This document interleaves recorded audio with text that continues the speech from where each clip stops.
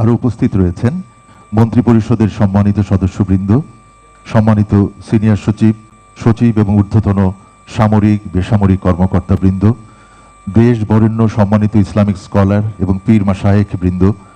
বিএনপির জাতীয় স্থায়ী কমিটির সম্মানিত সদস্য এবং অন্যান্য রাজনৈতিক দলের সম্মানিত নেতৃবৃন্দ,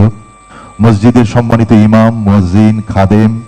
মন্দিরের পুরোহিত ও সেবায়েত এবং বৌদ্ধবিহারের অধ্যক্ষ এবং উপাধ্যক্ষ বৃন্দ, গণমাধ্যমের সম্মানিত সাংবাদিক বৃন্দ এবং অন্যান্য সুধীবৃন্দ,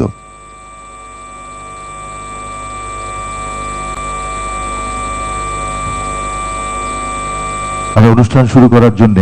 মাননীয় প্রধানমন্ত্রীর সানুগ্রহ অনুমতি প্রার্থনা করছি।